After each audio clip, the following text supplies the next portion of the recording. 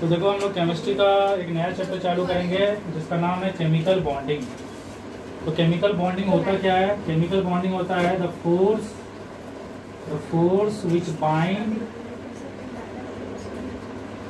which bind two or more atoms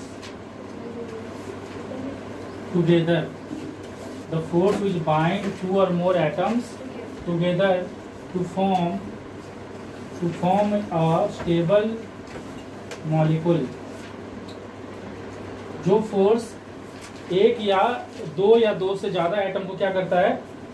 bind करता है, मतलब पकड़ के रखता है, ताकि उन सबको मिला के क्या बनाया जा सके? स्टेबल मॉलिक्यूल बनाया जा सके। क्योंकि ये उन्हीं एटम्स को पकड़ेगा जो एटम स्टेबल नहीं है। समझ में आया कि नहीं? तो स्टेबल होना मतलब आप समझ रहे हो, स्टेबल होना मतलब किसी भी एटम का अगर न्यूक्लियस के चारों तरफ अगर एक ही सेल है तो उसमें स्टेबल होने के लिए कम से कम कितना इलेक्ट्रॉन होना चाहिए? 2, जिसको बोलते हैं डुप्लेट कॉन्फ़िगरेशन, मतलब हीलियम का कॉन्फ़िगरेशन। और अगर किसी एटम का न्यूक्लियस के चारों तरफ एक से ज्यादा सेल है तो उसके आखिरी सेल में 8 इलेक्ट्रॉन होना चाहिए, जिसको बोलते हैं ऑक्टेट कॉन्फ़िगरेशन, जो कि हीलियम के बाद जितने नोबल गैस आता है उनका कॉन्फ़िगरेशन है। तो यहाँ पे सब कोई, हर एटम नोबल गैस कॉन्फ़िगरेशन ही क्यों पाना चाहता है? ताकि वो क्या हो सके? स्टेबल हो सके। क्योंकि नोबल गैस ऐसे एलिमेंट्स हैं जो कि किसी से रिएक्ट नहीं करते हैं, नॉर्मल टेम्परेचर प्रेशर कंडीशन में वो स्टेबल रहते हैं। लेकिन नोबल गैस को आयोनाइज किया जा सकता है, मतलब उसको कैटायन बनाया जा सकता है, एनायन नहीं बनाया जा सकता। समझ में आया कि नहीं? लेकिन उसको कैटायन बनाने के लिए बहुत ज्यादा ही एनर्जी लगेगा। ये हम पिछला चैप्टर में बताए थे। तो ये चीज आपको समझ में आ रहा है कि केमिकल बॉन्डिंग क्या है? एक फोर्स है जो कि इन कुछ एटम्स को पकड़ के उनको एक साथ मिला देते ताकि क्या बन सके? मॉलिक्यूल बन सके। और कैसा मॉलिक्यूल बन सके? स्टेबल मॉलिक्यूल्स, मतलब एक ऐसा मॉलिक्यूल बन सके जिसमें हर एटम का जो नीड है, स्टेबल होने का जो नीड है, मतलब अगर किसी का एक सेल है तो उसके आउटर सेल में कितना इलेक्ट्रॉन होना चाहिए? 2। किसी का एक से ज्यादा सेल है तो उसका आउटर सेल में कितना इलेक्ट्रॉन होना चाहिए? 8। वो सभी का नीड फुलफिल हो जाना चाहिए। समझ में आया कि नहीं? तो जब वो नीड फुलफिल हो जाएगा तो वो एटम एक दूसरे के साथ मिलकर क्या बना लेंगे? एक मॉलिक्यूल बना लेंगे। ये चीज आपको समझ में आ रहा है? अच्छा ठीक है। अब देखो ये जो केमिकल बॉन्डिंग है ये 3 प्रकार का है। तो हम लोग एक एक करके सब टाइप का पढ़ेंगे। सबसे पहला वाला टाइप का नाम है आयोनिक और इलेक्ट्रोवैलेंट बॉन्ड। आयोनिक और इलेक्ट्रोवैलेंट बॉन्ड। उसके बाद सेकेंड वाला का नाम है कोवैलेंट बॉन्ड। और उसके बाद तीसरा वाला का नाम है कोऑर्डिनेट बॉन्ड। तो हम लोग क्या करेंगे? एक एक करके इन सभी बॉन्ड्स के बारे में पढ़ेंगे। तो सबसे पहले हम लोग स्टार्ट करेंगे आयोनिक और इलेक्ट्रोवैलेंट बॉन्ड का।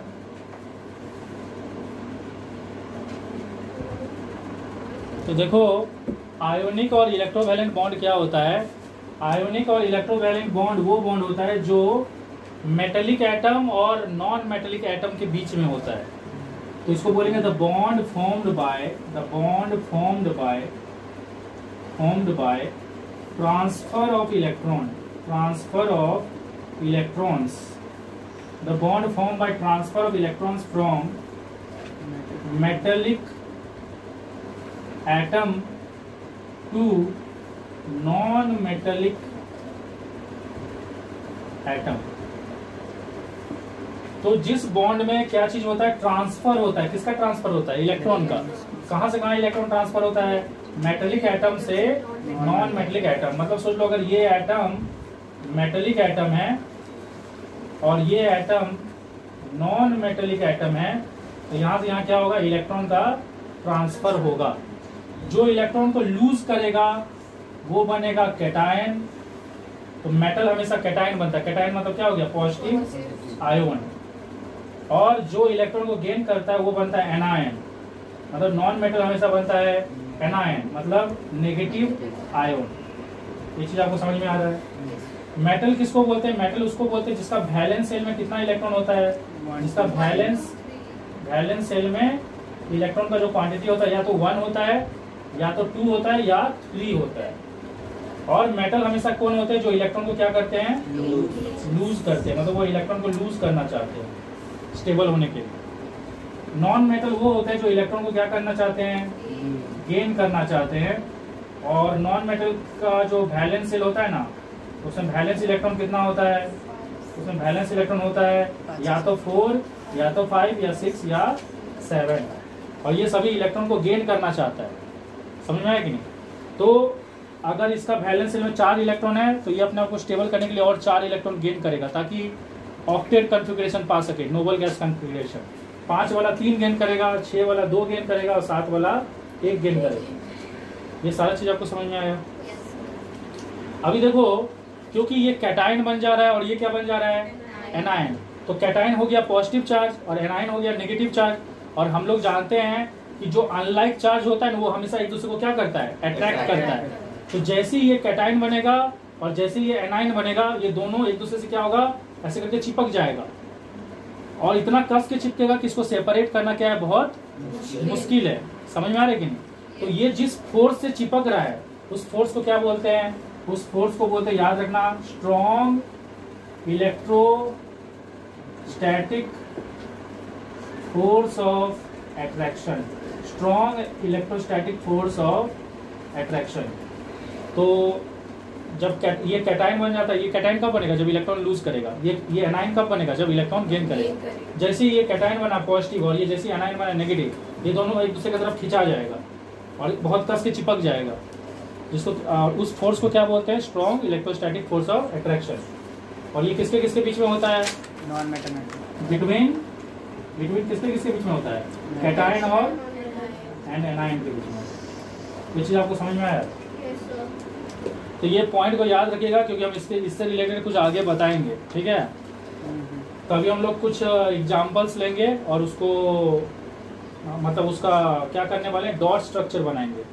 डॉट स्ट्रक्चर बनाएंगे मतलब हम लोग उसमें हम लोग देखेंगे कि कैसे इलेक्ट्रॉन ट्रांसफर हो रहा है, कैसे कैटायन बन रहा है, कैसे एनायन बन रहा है, कैसे ये सभी स्टेबल हो रहे हैं, कैसे एक मॉलिक्यूल का फॉर्मेशन हो रहा है रिएक्शन होने के बाद। इन चीज़ों को अभी हम लोग एक एक एग्जाम्पल लेके समझेंगे।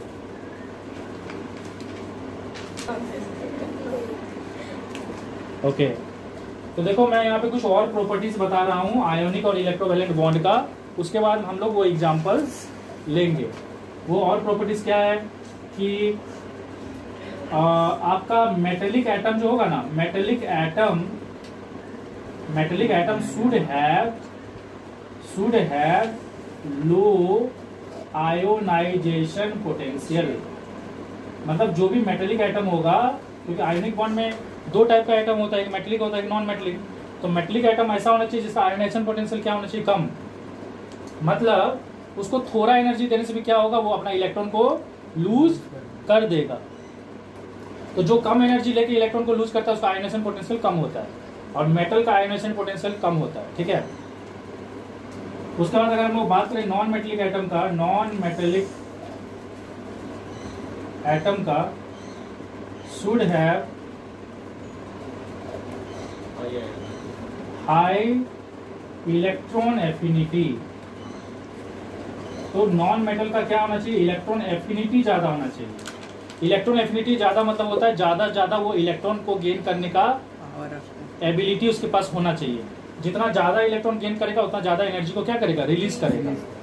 तो नॉन मेटल अगर ज्यादा इलेक्ट्रॉन गेन करेगा तो ज्यादा एनर्जी रिलीज करेगा, और ज्यादा एनर्जी रिलीज मतलब ज्यादा इलेक्ट्रॉन एफिनिटी। तो नॉन मेटल का इलेक्ट्रॉन एफिनिटी ज्यादा होना चाहिए। तीसरा, मेटल और नॉन मेटल के बीच में, मेटेलिक एटम और नॉन मेटेलिक एटम के बीच में जो इलेक्ट्रोनेगेटिविटी का डिफरेंस है, क्या चीज का डिफरेंस है, आपको पता है कि मेटल जो होता है वो इलेक्ट्रो पॉजिटिव होता है, मतलब वो इलेक्ट्रॉन बिल्कुल नहीं चाहता है, वो चाहता है कोई उसका इलेक्ट्रॉन ले ले। और नॉन मेटल वो होता है जो चाहता है कि उसको इलेक्ट्रॉन मिले, मतलब उसका जो एबिलिटी रहता है इलेक्ट्रॉन को अट्रैक्ट करने का वो बहुत ज्यादा होता है नॉन मेटल का। तो एक तरफ ऐसा है जिसको इलेक्ट्रॉन नहीं चाहिए, मतलब उसका इलेक्ट्रोनेगेटिविटी कम है, और एक तरफ ऐसा है जिसको इलेक्ट्रॉन चाहिए, जिसका इलेक्ट्रोनेगेटिविटी ज्यादा है। तो यहाँ ज्यादा है और यहाँ कम है, तो डिफरेंस क्या हो जाएगा, ज्यादा। अरे कहीं पे कोई चीज कम है और कहीं पे कोई चीज ज्यादा है, तो उसके इसमें डिफरेंस क्या होगा, ज्यादा होगा ना। यहाँ पे इलेक्ट्रोनेगेटिविटी सोच लो 1 है, और यहाँ पे इलेक्ट्रोनेगेटिविटी सोच लो 20 है, तो डिफरेंस 19 हो गया कि नहीं। गधा वाला दिमाग सब ठीक है। लेकिन अगर सोचो यहाँ पे इलेक्ट्रोनेगेटिविटी 18 है और यहाँ पे इलेक्ट्रोनेगेटिविटी 19 है, दोनों का ही ज्यादा है, तो डिफरेंस क्या हो जाएगा, 1 होगा, तो कम हो गया ना। जब दोनों ज्यादा होता है तो डिफरेंस कम होता है, जब एक कम और एक ज्यादा होता है तो डिफरेंस ज्यादा होता है। अरे समझ में आ रहा है? ओके, तो यहाँ पे क्या है, metallic atom and non metallic atom should have high, so should have large difference, should have large difference in क्या, इलेक्ट्रोनेगेटिविटी। इलेक्ट्रोनेगेटिविटी का डिफरेंस क्या होना चाहिए, बहुत ज्यादा होना चाहिए। मेटेलिक क्या होना चाहिए, बहुत कम इलेक्ट्रोनेगेटिव होना चाहिए, और नॉन मेटेलिक बहुत ज्यादा इलेक्ट्रोनेगेटिव होना चाहिए, ताकि उनके बीच का डिफरेंस ज्यादा हो सके। मतलब यहाँ पे एक ऐसा होना चाहिए जो इलेक्ट्रॉन को नहीं चाहता है, मतलब उसका इलेक्ट्रोनेगेटिविटी कम है, और एक ऐसा जो कि इलेक्ट्रॉन को चाहता है, तो उसका इलेक्ट्रोनेगेटिविटी क्या है, ज्यादा है। तभी ना एक लूज करेगा और एक गेन करेगा। तो अभी हम लोग एक एक एग्जाम्पल लेके समझेंगे, ठीक है। ओके, तो अभी हम लोग आयोनिक कंपाउंड का एग्जांपल्स डिस्कस करेंगे कि कैसे आयोनिक कंपाउंड बनता है। तो आपके सिलेबस में तीन ही एग्जांपल है आयोनिक कंपाउंड का, तो हम लोग वो 3 ही एग्जांपल लेंगे, ठीक है। तो अगर आपको एग्जाम में क्वेश्चन भी पूछा जाएगा तो वो 3 से ही पूछा जाएगा। वो क्या क्या चीज है, वो एक है सोडियम क्लोराइड, एक है मैग्नीशियम क्लोराइड, और एक है कैल्शियम ऑक्साइड। तो हम लोग एक एक करके डिस्कस करेंगे इन सभी का डॉट स्ट्रक्चर। डॉट स्ट्रक्चर क्या होता है वो आपको अभी पता चल जाएगा। तो सबसे पहले सोडियम क्लोराइड का बात करते हैं। तो आपको यहाँ पे सोडियम लिख लेना है, और सोडियम का एटॉमिक नंबर होता है 11, तो उसका इलेक्ट्रॉनिक कॉन्फ़िगरेशन हो जाएगा 281। समझ में आया? बगल में आपको क्लोरीन लिख लेना है। क्लोरीन का एटॉमिक नंबर है 17, तो उसका इलेक्ट्रॉनिक कॉन्फ़िगरेशन हो जाएगा 287। ओके, अब देखो यहाँ पे डॉट स्ट्रक्चर में क्या होता है। डॉट स्ट्रक्चर में बॉन्ड फॉर्मेशन में वही इलेक्ट्रॉन पार्टिसिपेट करता है जो इलेक्ट्रॉन वैलेंस सेल में। मतलब आप यहाँ पे जब इलेक्ट्रॉन को मेंशन करोगे ना, तो सिर्फ कौन सा इलेक्ट्रॉन को मेंशन करोगे, जो इलेक्ट्रॉन कौन सा सेल में है, लास्ट सेल में। और इसको डॉट स्ट्रक्चर क्यों बोलते हैं, क्योंकि यहाँ पे हम लोग इलेक्ट्रॉन को डॉट से रिप्रेजेंट करते हैं। तो यहाँ पे लास्ट सेल में कितना इलेक्ट्रॉन, एक, यहाँ पे हम लोग डॉट लिखेंगे, एक डॉट। समझ में आएगी नहीं? अब देखो, अगर आप बुक में देखोगे ना, तो इसके पास वैलेंस सेल में कितना इलेक्ट्रॉन है, 7। तो बुक में ना 7 डॉट दिया हुआ है यहाँ। लेकिन मैं आप लोग को सजेस्ट करूंगा कि आप लोग यहाँ पे डॉट मत दो, बल्कि आप यहाँ पे क्रॉस यूज करो। अब आप बोलोगे ऐसा क्यों? क्योंकि देखो, सोडियम एक अलग एटम है, अब क्लोरीन एक अलग एटम है, तो आप ना उनके इलेक्ट्रॉन को डिफ्रेंशिएट कर सकते हो कि हाँ ये इसका इलेक्ट्रॉन है और ये इसका इलेक्ट्रॉन है। समझ में आया कि नहीं? तो उससे एक क्लियर अंडरस्टैंडिंग होता है, आपको भी समझने में आसानी होगा। और अगर मैं यहाँ पे भी डॉट दे दूं, यहाँ पे भी डॉट दे दूं, तो आपको समझ में नहीं आएगा कि वो इसमें से उसका इलेक्ट्रॉन कौन सा है, इसका इलेक्ट्रॉन कौन सा है। समझ में आ रहा है? तो यहाँ पे मैं क्या करने वाला हूँ, यहाँ क्रॉस यूज करने वाला हूँ। 7 है ना, 1 2 3 4 5 6, सॉरी 1 2 3 4 5 6 7 हो गया। आपको बीच में क्या करना है, प्लस साइन देना है, क्योंकि इनके बीच में रिएक्शन हो रहा है। अब ये क्या करेगा, अपना इलेक्ट्रॉन लूज करेगा, क्योंकि जिसका मेटल जो होता है वो इलेक्ट्रॉन लूज करता है और नॉन मेटल गेन करता है। इसको कितना लूज करना है, 1, और इसको 7 है तो कितना चाहिए, 1 चाहिए। यहाँ से ये लूज करेगा, यहाँ आएगा। यहाँ तक आपको समझ में आया? ओके, अभी देखो क्या होगा। अभी ये क्योंकि लूज कर चुका है, तो ये सोडियम का एक वैलेंस सेल का एक इलेक्ट्रॉन था, ये लूज कर चुका है, तो ये सोडियम के पास अब एक भी इलेक्ट्रॉन वैलेंस सेल में नहीं है। तो यहाँ पे हम लोग क्या लिखेंगे, 2 8। देखो ये नोबल गैस कॉन्फ़िगरेशन पा गया कि नहीं, मतलब आखिरी सेल में इसका 8 इलेक्ट्रॉन स्टेबल हो गया। और क्योंकि ये इलेक्ट्रॉन लूज कर दिया, हम लोग क्या लिखेंगे, प्लस। उसके बाद हम लोग बगल में एक और स्क्वायर ब्रैकेट देंगे और यहाँ पे क्लोरीन को लिखेंगे। क्लोरीन का पहले से कितना इलेक्ट्रॉन था, 1 2 3 4 5 6 7, और क्योंकि वो सोडियम का भी एक इलेक्ट्रॉन गेन कर लिया, तो उसको भी हम लोग यहाँ पे मेंशन करेंगे। तो इससे देखो, इससे क्लियर समझ में आ रहा है कि 7 इलेक्ट्रॉन जो है वो क्लोरीन का है और 1 इलेक्ट्रॉन उसको सोडियम से मिला है। अगर आप यहाँ पे भी डॉट डॉट डॉट दे देते तो आप समझ नहीं आता। और क्योंकि ये 1 इलेक्ट्रॉन गेन किया, तो क्या हो जाएगा, ये नेगेटिव चार्ज हो जाएगा, क्योंकि इलेक्ट्रॉन नेगेटिव चार्ज होता है, तो जो गेन करेगा वो नेगेटिव। तो ये अब क्या हो जाएगा, 2 8 8। देखो ये भी स्टेबल हो गया। इसके बाद नेक्स्ट लाइन में आपको और एक तो एरो देना है और इसको लिख देना है सोडियम क्लोराइड। तो ऐसे करके एक डॉट स्ट्रक्चर हो गया। ये चीज़ आपको समझ में आया? तो इसी तरह से हम लोग नेक्स्ट किसका करेंगे, मैग्नीशियम क्लोराइड का। तो मैग्नीशियम क्लोराइड का कैसे करेंगे देखो, सबसे पहले हम लोग लिख लेंगे मैग्नीशियम, फिर इसके नीचे इसका इलेक्ट्रॉनिक कॉन्फ़िगरेशन लिखेंगे, क्या है 282, क्योंकि मैग्नीशियम का एटॉमिक नंबर 12 होता है। अब इसका वैलेंस में कितना इलेक्ट्रॉन है, 2 है, तो यहाँ पे हम लोग 2 इलेक्ट्रॉन को मेंशन करेंगे, फिर हम लोग यहाँ पे प्लस का साइन देंगे। ओके, अभी देखो मैग्नीशियम को किसके साथ जोड़ना है, क्लोरीन के साथ। क्लोरीन को कितना, एक क्लोरीन को कितना इलेक्ट्रॉन चाहिए, एक चाहिए, लेकिन मैग्नीशियम कितना लूज करना चाहते हैं, 2। तो सीधा सा बात है, एक क्लोरीन तो 2 इलेक्ट्रॉन गेन नहीं कर पाएगा ना, इसलिए यहाँ पे कितना क्लोरीन आ जाएगा, 2 क्लोरीन आ जाएगा। तो ये हो गया 287। बस नीचे वाला में लिख देना, ऊपर वाला में लिखने की जरूरत नहीं है। और यहाँ पे हम लोग क्या करेंगे, cross cross cross cross, 7 cross हो गया। यहाँ पे भी cross cross cross cross cross cross cross, 7 हो गया। ये इलेक्ट्रॉन यहाँ जाएगा और ये इलेक्ट्रॉन यहाँ जाएगा, अरे क्योंकि एक क्लोरीन को एक ही इलेक्ट्रॉन चाहिए ना, तो एक ये ले लेगा और एक वो ले लेगा। इसके बाद क्या होगा, ये मैग्नीशियम अपना सारा आखिरी इलेक्ट्रॉन खो चुका है, तो ये मैग्नीशियम क्या हो जाएगा, ऐसे Mg लिखोगे, इसका आखिरी सेल में तो कुछ भी इलेक्ट्रॉन नहीं बचा ना, ये हो गया 28, स्टेबल हो चुका है।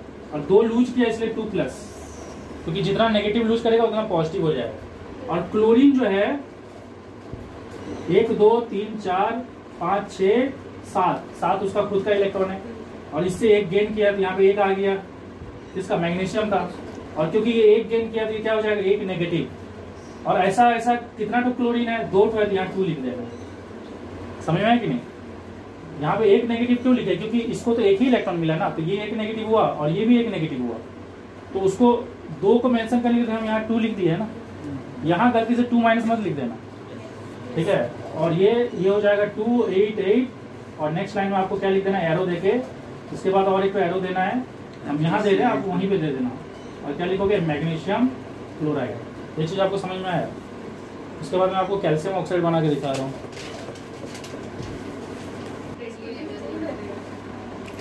ओके, नेक्स्ट हम लोग कैल्शियम ऑक्साइड के बारे में डिस्कस करेंगे। तो कैल्शियम का एटॉमिक नंबर है 20 के हिसाब से ये हो जाएगा 2882। यहाँ पे इसका बैलेंस सेल में 2 इलेक्ट्रॉन है, तो यहाँ पे 2 इलेक्ट्रॉन मेंशन करेंगे, और यहाँ पे प्लस देंगे, और यहाँ ऑक्सीजन का एटॉमिक नंबर है 8, मतलब 26 होगा। तो ऑक्सीजन का 6 इलेक्ट्रॉन है, तो cross cross cross cross cross cross. अब देखो इसको 2 चाहिए स्टेबल होने के लिए, और इसको 2 लूज करना है, तो ये अपना दोनों का दोनों इसी को दे देगा। समझ में आ रहा है कि नहीं? तो ये बाद में कैल्शियम कैसा हो जाएगा, कैल्शियम का बैलेंस इलेक्ट्रॉन सारे चले गया, तो ये हो जाएगा Ca, और ये 2 लूज किया इसलिए Ca2+ हो जाएगा। और ऑक्सीजन हो जाएगा, ऑक्सीजन का खुद का 6 था, 1 2 3 4 5 6, और 2 डॉट, और क्योंकि ये दोनों इलेक्ट्रॉन इसका गेन किया है, इसका गेन किया है, और 2 गेन किया इसलिए 2 माइनस हो जाएगा, और बाद में आपको इसको एरो देके लिख देना कैल्शियम ऑक्साइड। कुछ समझ में आया?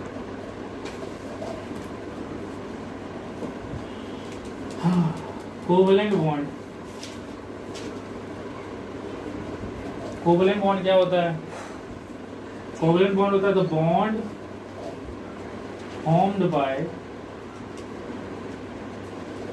Sharing of electron, the bond formed by sharing of electrons between 2 or more non-metallic atoms। तो देखो जो बॉन्ड कैसे बनता है, शेयरिंग ऑफ इलेक्ट्रॉन से बनता है। जो बॉन्ड कैसे बनता है, शेयरिंग ऑफ इलेक्ट्रॉन से बनता है। और किसके बीच में शेयरिंग होता है, नॉन मेटलिक एटम्स, मतलब जिनके बीच में भी शेयर होना होगा वो सभी नॉन मेटल ही होना चाहिए, कोई भी मेटल नहीं होना चाहिए। सभी के सभी क्या होना चाहिए, नॉन मेटल, मतलब सभी के सभी ऐसे होना चाहिए जिनको इलेक्ट्रॉन चाहिए, कोई भी लूज करने वाला नहीं है, सभी चाहिए वाला ही है। तो देखो जब ये एटम भी चाहिए वाला है, इसको भी इलेक्ट्रॉन चाहिए, मतलब इसका इलेक्ट्रॉन नेगेटिविटी ज्यादा है, और ये एटम भी इलेक्ट्रॉन चाहिए वाला ही है, मतलब इसका इलेक्ट्रॉन नेगेटिविटी भी ज्यादा है। तो दोनों का बीच में डिफरेंस कितना हो जाएगा, इलेक्ट्रॉन नेगेटिविटी का कम हो जाएगा। मान लो इसका इलेक्ट्रॉन नेगेटिविटी 18 है और इसका इलेक्ट्रॉन नेगेटिविटी 19 है, तो डिफरेंस कितना होगा, 1। तो डिफरेंस कम हो रहा है कि नहीं। तो यहाँ पे हम लोग क्या बोलेंगे, कोवलेंट बॉन्ड होने के लिए the electronegativity difference, the electronegativity difference, the electronegativity difference between two, the electronegativity difference between non-metallic atoms should be लो होना चाहिए, कम से कम होना चाहिए। मतलब दोनों का इलेक्ट्रोनेगेटिविटी हाई होना चाहिए ताकि उनके बीच का डिफरेंस क्या हो सके, कम। अरे आप डिफरेंस और क्या हम बोल रहे समझ में आ रहा है ना। चलो कोई गरीब है और कोई बहुत अमीर है, तब उनके बीच में डिफरेंस है ना। दोनों ही अमीर है तो डिफरेंस नहीं है, दोनों ही गरीब है तो डिफरेंस नहीं है। तो यहाँ पे दोनों का इलेक्ट्रोनेगेटिविटी ज्यादा होना चाहिए, उससे उनके बीच का डिफरेंस क्या हो जाएगा, कम हो जाएगा। लॉजिक समझ में आ रहा है ना। ओके, तो अभी हम लोग कोवलेंट बॉन्ड के बारे में डिस्कस करेंगे, मतलब उनका डॉट स्ट्रक्चर को डिस्कस करेंगे, कैसे शेयरिंग होता है।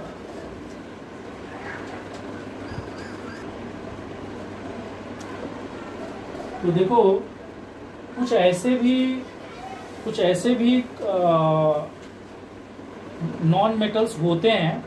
अभी हम क्या बोले कि नॉन मेटेलिक एटम के बीच में कोवलेंट बॉन्ड होने के लिए इलेक्ट्रोनेगेटिविटी का डिफरेंस कम से कम होना चाहिए, मतलब दोनों का इलेक्ट्रोनेगेटिविटी लगभग सेम होना चाहिए। समझ में आया कि नहीं। लेकिन कुछ ऐसे कोवलेंट बॉन्ड भी हैं जिसमें एक नॉन मेटल और दूसरा मतलब दोनों नॉन मेटेलिक एटम के बीच का जो इलेक्ट्रोनेगेटिविटी डिफरेंस है ना, वो कम नहीं है बल्कि क्या है, ज्यादा है। और ऐसा कब होता है वो मैं केस भी बता रहा हूँ। जैसे मैं आपको बता रहा हूँ, ग्रुप 1 में एक नॉन मेटल है। ग्रुप 1 में जनरली कौन होता है, मेटल होते हैं, क्योंकि ग्रुप 1 का नाम ही है अल्काली मेटल, मतलब उसमें मेटल ही है। लेकिन उसमें एक नॉन मेटल भी है, उसका नाम क्या है, हाइड्रोजन। समझ में आया कि नहीं।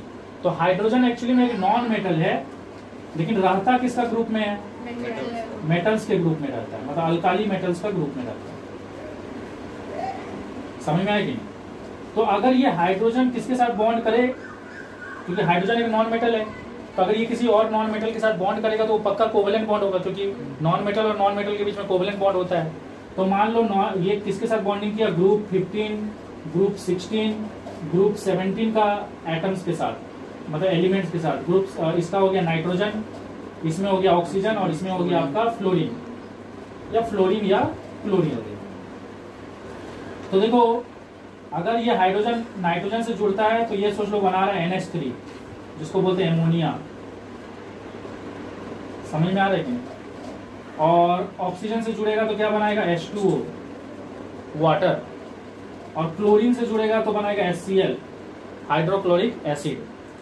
तो यहाँ पे देखो क्या प्रॉब्लम है, ये सभी क्या है, ये सभी है, ये बहुत ज्यादा ही क्या है, हाई, इनका इलेक्ट्रोनेगेटिविटी क्या है, बहुत ज्यादा है। क्योंकि हम लोग जानते हैं लेफ्ट से राइट जाने से क्या होता है, इलेक्ट्रोनेगेटिविटी बढ़ता है। और हाइड्रोजन का उस पॉइंट ऑफ व्यू देखोगे तो इलेक्ट्रोनेगेटिविटी क्या है, इलेक्ट्रोनेगेटिविटी हाइड्रोजन का अगर देखोगे तो लो है, क्योंकि वो मेटल के ग्रुप में है। समझ में आया कि नहीं। तो देखो मैं यहाँ पे क्या समझाना चाहता हूँ उसको ध्यान से सुनो। अगर आप यहाँ पे ऐसे एटम्स लेते हो जिनका इलेक्ट्रोनेगेटिविटी लगभग क्या है, सेम है, मैं जो बोल रहा हूँ समझ में आ रहा है ना। मान लो यहाँ पे आप एक एटम लिए A और यहाँ पे एक एटम लिए B, अगर इन दोनों का इलेक्ट्रोनेगेटिविटी क्या है, सेम, मतलब वो दोनों एटम इधर वाले हैं, इधर सारे वो एटम्स हैं जिनका इलेक्ट्रोनेगेटिविटी क्या है, बहुत ज्यादा है। तो इसका भी ज्यादा और इसका भी ज्यादा है। तो ये जब इलेक्ट्रॉन को शेयर करेगा ना, ये सोच लो अपना एक इलेक्ट्रॉन दिया और ये भी अपना एक इलेक्ट्रॉन दिया, ये भी अपना एक इलेक्ट्रॉन दिया और ये भी अपना एक इलेक्ट्रॉन दिया, क्योंकि दोनों का इलेक्ट्रोनेगेटिविटी क्या है, ज्यादा है। तो ये क्या चाहेगा कि ये दोनों इलेक्ट्रॉन को हम क्या करें, अपने तरफ, और ये भी क्या चाहेगा कि ये दोनों इलेक्ट्रॉन को हम अपने तरफ। तो मान लो ये भी इधर इसको 20 न्यूटन का फोर्स से खींच रहा है और ये भी इसको उधर 20 न्यूटन का फोर्स से खींच रहा है, क्योंकि दोनों का ही इलेक्ट्रोनेगेटिविटी ज्यादा है। तो ये जो दोनों इलेक्ट्रॉन है वो किसी की तरफ जाएगा क्या, नहीं जाएगा, वो वहीं पे रह जाएगा। समझ में आया कि नहीं। तो इस टाइप के जो कोवेलेंट बॉन्ड होता है जिसमें इलेक्ट्रॉन, दोनों का जो इलेक्ट्रॉन शेयर हुआ है वो दोनों में से किसी के तरफ नहीं जाता बल्कि बीच में रहता है। इस टाइप का कोवेलेंट बॉन्ड को क्या बोलते हैं, इस टाइप का कोवेलेंट बॉन्ड को बोलते हैं non polar covalent bond. Non polar covalent bond में क्या होता है, both share electrons lie exactly in between two non-metallic atoms, exactly उन दोनों के बीच में लाई करता है। ये चीज समझ में आया आपको? लेकिन आपको मैं अभी एक दूसरा केस दिखा रहा हूं, ठीक है? तो अभी मैं आपको जितना भी डॉट स्ट्रक्चर दिखाऊंगा ना, कोवैलेंट कंपाउंड का मैं जितना भी डॉट स्ट्रक्चर दिखाऊंगा, उसमें हम लोग ज्यादातर कौन सा डॉट स्ट्रक्चर को देखने वाले हैं? नॉन पोलर को, जिसमें इलेक्ट्रॉन जो रहेगा वो एग्जैक्टली मिडिल में रहेगा। मतलब ये दोनों इलेक्ट्रॉन ना इसके तरफ जाएगा ना इसके तरफ जाएगा, क्योंकि इन दोनों का इलेक्ट्रोनेगेटिविटी क्या है, लगभग सेम है। मान लो ये नाइट्रोजन है और ये ऑक्सीजन है, तो इन दोनों का इलेक्ट्रोनेगेटिविटी लगभग सेम है। तो इलेक्ट्रॉन जब इनके बीच में शेयर होगा तो ना इसके तरफ जाएगा ना उसके तरफ जाएगा, तो जो कंपाउंड बनेगा वो क्या होगा? नॉन पोलर होगा। लेकिन मैं अभी आपको दूसरा एग्जांपल दिखा रहा हूं। देखो, ये सोच लो हाइड्रोजन है और ये क्या है? क्लोरीन है। हाइड्रोजन और क्लोरीन के बीच में भी क्या हो रहा है? इलेक्ट्रॉन शेयर हो रहा है। ये अपना एक इलेक्ट्रॉन दिया और ये भी अपना एक इलेक्ट्रॉन दिया, शेयरिंग हुआ कि नहीं? लेकिन अभी देखो क्या प्रॉब्लम क्या है कि हाइड्रोजन क्योंकि मेटेलिक ग्रुप में है और हाइड्रोजन का इलेक्ट्रोनेगेटिविटी क्या है? बहुत लो है। मतलब उसको उतना इलेक्ट्रॉन का इंटरेस्ट नहीं है। मतलब उसको इलेक्ट्रॉन उसका जो एबिलिटी है इलेक्ट्रॉन को अट्रैक्ट करने का वो उतना ज्यादा नहीं है। लेकिन क्लोरीन क्योंकि बहुत ज्यादा इलेक्ट्रोनेगेटिव है, तो उसका जो इलेक्ट्रॉन को अट्रैक्ट करने का जो एबिलिटी वो क्या ज्यादा है।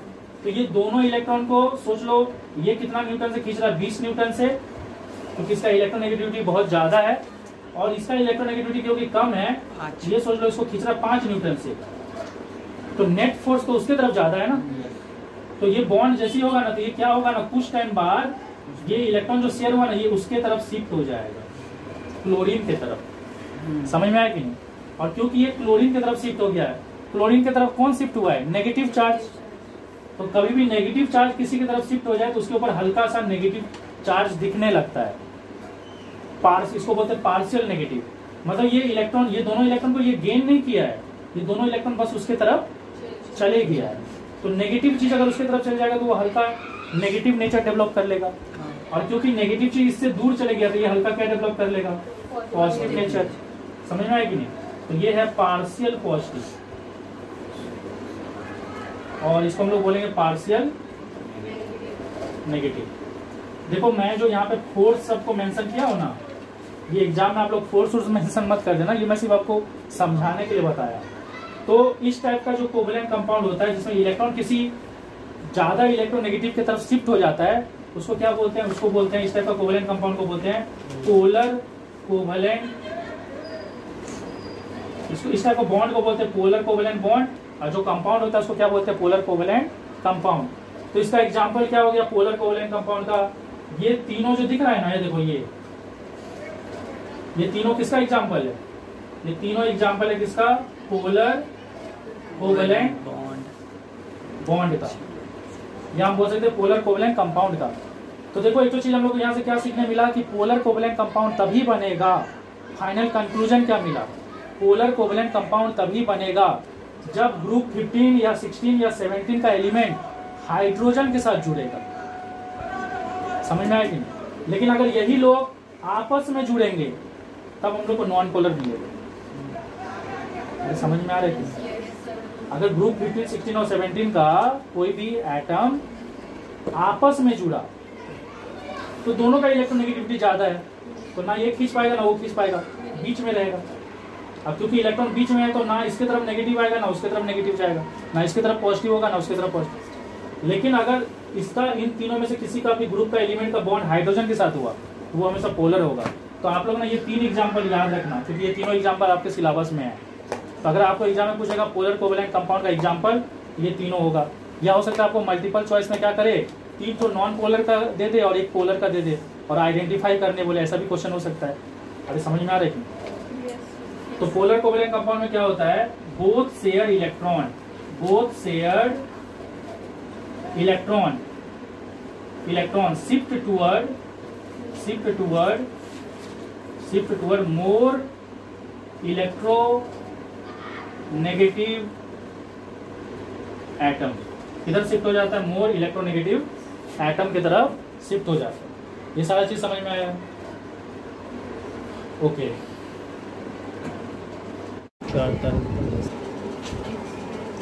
तो देखो अभी हम लोग एक एक करके कोवलेंट बॉन्ड के कैसे बनता है, मतलब कोवलेंट बॉन्ड का डॉट स्ट्रक्चर स्टडी करेंगे। तो हम लोग कोवलेंट बॉन्ड में क्या क्या चीज़ के बारे में स्टडी करने वाले? H2, Cl2, O2, N2 और CCl4, CH4, NH3। तो ये सब चीज़ का हम लोग क्या करने वाले? डॉट स्ट्रक्चर स्टडी करने वाले। और एक चीज़ बचा H2O। तो हम लोग इन सब चीज़ का क्या करेंगे? एक एक करके डॉट स्ट्रक्चर को स्टडी करेंगे। तो सबसे पहले हाइड्रोजन का बात करते हैं। तो आपका हाइड्रोजन का एटॉमिक नंबर कितना है? 1 है, मतलब उसमें नंबर ऑफ इलेक्ट्रॉन कितना है? 1 है। तो उसका वैलेंस शेल में कितना इलेक्ट्रॉन होगा? 1। और डॉट स्ट्रक्चर में सिर्फ वैलेंस इलेक्ट्रॉन को ही यूज किया जाता है। तो इसका वैलेंस इलेक्ट्रॉन 1 है, तो यहाँ पे हम लोग 1 इलेक्ट्रॉन यूज करेंगे। और ये और एक हाइड्रोजन के साथ जुड़ेगा, ठीक है। अब मुझे एक चीज बताओ, हाइड्रोजन का क्योंकि एक ही सेल है और उस एक सेल में एक ही इलेक्ट्रॉन है, तो उसको स्टेबल होने के लिए और कितना इलेक्ट्रॉन चाहिए? और 1 चाहिए। क्योंकि अगर किसी एटम के पास एक ही सेल होता है तो उसको स्टेबल होने के लिए 2 इलेक्ट्रॉन चाहिए। मतलब वो कौन सा कन्फिगरेशन पाना चाहता है? नोबल गैस आपका हीलियम कन्फिगरेशन पाना चाहता है। हीलियम का कन्फिगरेशन क्या होता है? हीलियम का वैलेंस शेल में 2 इलेक्ट्रॉन होता है और हीलियम का आउटर मोस्ट सेल कितना है? 1 ही है। तो हीलियम का 1 ही सेल है और उसमें स्टेबल होने के लिए 2 इलेक्ट्रॉन चाहिए। तो हीलियम के पास 2 इलेक्ट्रॉन है, मतलब वो स्टेबल है। तो कोई और एटम अगर ऐसा होगा जिसके पास 1 ही सेल है, तो उसको भी स्टेबल होने के लिए 2 इलेक्ट्रॉन चाहिए। और इसके पास ऑलरेडी 1 है तो और इसको 1 चाहिए। मतलब जिसके पास भी 1 सेल होगा उसको स्टेबल होने के लिए 2 इलेक्ट्रॉन चाहिए। इसके पास ऑलरेडी 1 है तो और 1 चाहिए। यहाँ पे और एक हाइड्रोजन है, दोनों हाइड्रोजन एक दूसरे के साथ जुड़ रहा है और दोनों का दोनों नॉन मेटल है। तो सबसे पहला स्टेप में आप लोग क्या यहाँ पे प्लस साइन दोगे ताकि ये पता चले कि इन दोनों के बीच में क्या हो रहा है? बॉन्डिंग हो रहा है। नेक्स्ट टाइम आपको क्या करना है कि एरो देना है, ठीक है। और एरो देने के बाद आपको ये हाइड्रोजन और हाइड्रोजन को दोबारा लिख लेना है। और ये 2 इलेक्ट्रॉन मिल के क्या होगा? ये देखो यहाँ पे क्या हो गया? शेयरिंग ऑफ इलेक्ट्रॉन हुआ। शेयरिंग ऑफ इलेक्ट्रॉन का मतलब क्या हुआ? ये जितना इलेक्ट्रॉन दिया ये भी उतना ही इलेक्ट्रॉन दिया। मतलब दोनों का जो इलेक्ट्रॉन कंट्रीब्यूशन है उस बॉन्ड में वो क्या है? सेम है। समझ में आया कि नहीं? तो यहाँ पे जो दो इलेक्ट्रॉन कंट्रीब्यूट किया गया है वो एक इसके द्वारा किया गया है, एक उसके द्वारा किया गया है। और हमेशा याद रखना 2 इलेक्ट्रॉन मिलकर एक बॉन्ड बनता है। तो यहाँ पे ये 2 इलेक्ट्रॉन मिलकर क्या होगा? एक बॉन्ड बन जाएगा। इसको बोलेंगे सिंगल कोवेलेंट बॉन्ड। इसको बोलेंगे सिंगल कोवेलेंट बॉन्ड, जो कि बाद में क्या बन, इसको हम लोग क्या लिखेंगे? H2। तो ये आपको समझ में आया कैसे H2 मॉलिक्यूल बना? ओके, यहाँ पे शेयरिंग ऑफ इलेक्ट्रॉन हुआ, मतलब ये कोवेलेंट बॉन्ड हुआ। नेक्स्ट हम लोग क्लोरीन को लेते हैं। तो क्लोरीन का आप अगर इलेक्ट्रॉनिक कॉन्फ़िगरेशन लिखोगे तो वो होता है 287। मतलब एक क्लोरीन को स्टेबल होने के लिए और कितना इलेक्ट्रॉन चाहिए? 1 इलेक्ट्रॉन चाहिए। क्योंकि किसी भी एटम का अगर 1 से ज़्यादा सेल होता है तो उसका आउटर मोस्ट सेल में अगर 8 इलेक्ट्रॉन होगा तभी उसको स्टेबल माना जाएगा।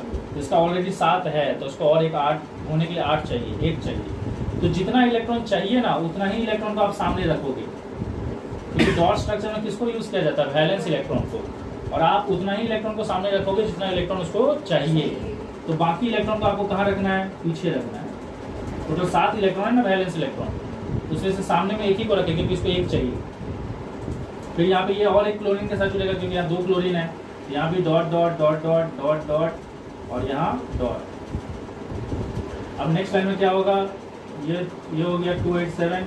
नेक्स्ट लाइन में क्या होगा? ये Cl dot dot dot dot dot dot और इसका एक डॉट यहाँ पे, ये Cl का भी डॉट डॉट डॉट डॉट।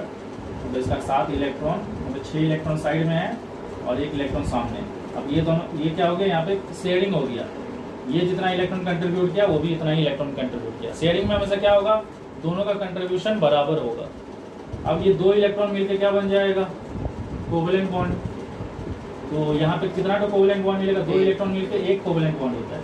यहाँ क्लोरीन और क्लोरीन के बीच में एक कोवेलेंट बॉन्ड हो जाएगा, उसको आप फर्दर लिखोगे Cl2। ये चीज़ समझ में आएगी। उसके बाद देखो ऑक्सीजन का, देखो ऑक्सीजन का एटॉमिक नंबर होता है 8, तो इलेक्ट्रॉनिक कन्फिग्रेशन हो जाएगा 2,6, मतलब उसका वैलेंस सेल में 6 इलेक्ट्रॉन है। और किसी का भी अगर एक सेल से ज़्यादा सेल होता है तो उसको स्टेबल होने के लिए उसका आखिरी सेल में कितना इलेक्ट्रॉन होना चाहिए, 8 होना चाहिए। तो इसको स्टेबल होने के लिए और कितना चाहिए, 2 चाहिए। तो ये 6 में से 2 को सामने रखेगा और बाकी 4 को क्या रखेगा, पीछे रखेगा। उसी तरह से ये क्योंकि ऑक्सीजन बना रहा है, यहाँ पे 2 ऑक्सीजन है, तो यहाँ पे ये ऑक्सीजन को भी स्टेबल होने के लिए 2 इलेक्ट्रॉन चाहिए, तो ये 2 को सामने रखेगा और बाकी 2 को पीछे रखेगा। नेक्स्ट लाइन में आप क्या करोगे, इसको फिर से ड्रॉ करोगे। ये हो गया इसका 6 इलेक्ट्रॉन और इस ऑक्सीजन का भी ये हो गया 1 2 3 4 और 5 6। अब देखिए हमेशा 2 इलेक्ट्रॉन ही जुड़ेगा, तो ये 2 इलेक्ट्रॉन जुड़ के क्या बन जाएगा, एक बॉन्ड, और ये 2 इलेक्ट्रॉन जुड़ के भी क्या हो जाएगा, एक बॉन्ड। मतलब यहाँ पे ऑक्सीजन और ऑक्सीजन के बीच में कितना बॉन्ड हो गया, टोटल 2 कोवेलेंट बॉन्ड हो गया। समझ में आ गया, जो कि बन जाएगा यहाँ पे O2। तो इसको हम लोग बोलेंगे डबल कोवेलेंट बॉन्ड।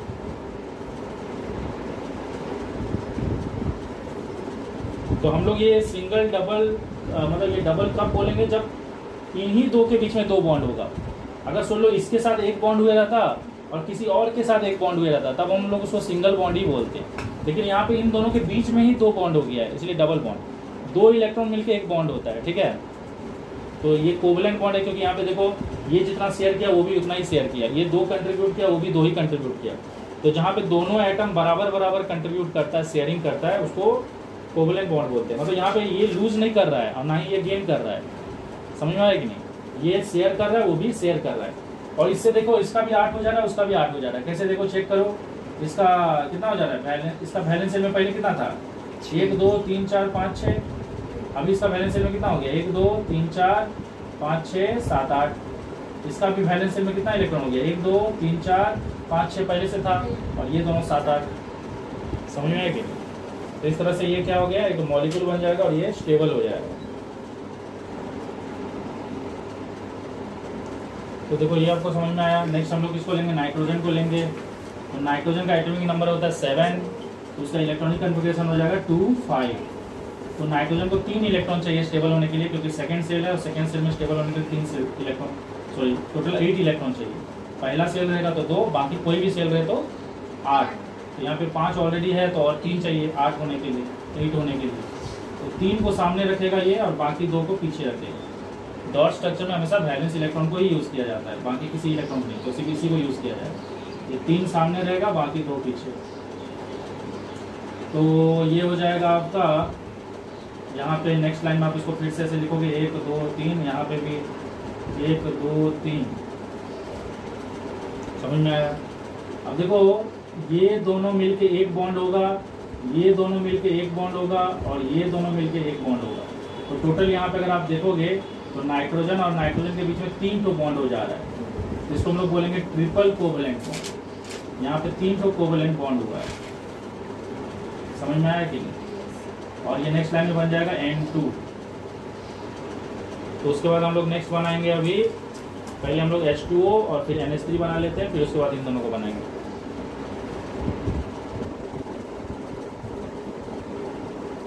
तो नेक्स्ट हम लोग बनाएंगे H2O। H2O में क्या होगा, बीच में यहाँ पे हम लोग ऑक्सीजन लिखेंगे, और ऑक्सीजन का एटॉमिक नंबर आपका है 8, तो उसका इलेक्ट्रॉनिक कन्फिग्रेशन होगा 2 6। उसको स्टेबल होने के लिए और 2 इलेक्ट्रॉन चाहिए। और यहाँ पे हाइड्रोजन है, यहाँ पे जो वाटर में 2 हाइड्रोजन है। अब देखो इसको 2 इलेक्ट्रॉन चाहिए स्टेबल होने के लिए, लेकिन एक हाइड्रोजन इसको एक ही इलेक्ट्रॉन दे सकता है, क्योंकि हाइड्रोजन का वैलेंस सेल में एक ही इलेक्ट्रॉन होता है। समझ में आया कि नहीं। तो इसीलिए ये एक हाइड्रोजन के साथ बॉन्डिंग करके स्टेबल नहीं हो सकता। इसको स्टेबल होने के लिए कितना हाइड्रोजन चाहिए, 2 हाइड्रोजन चाहिए, ताकि इसका ऑक्टेट फुलफिल हो सके।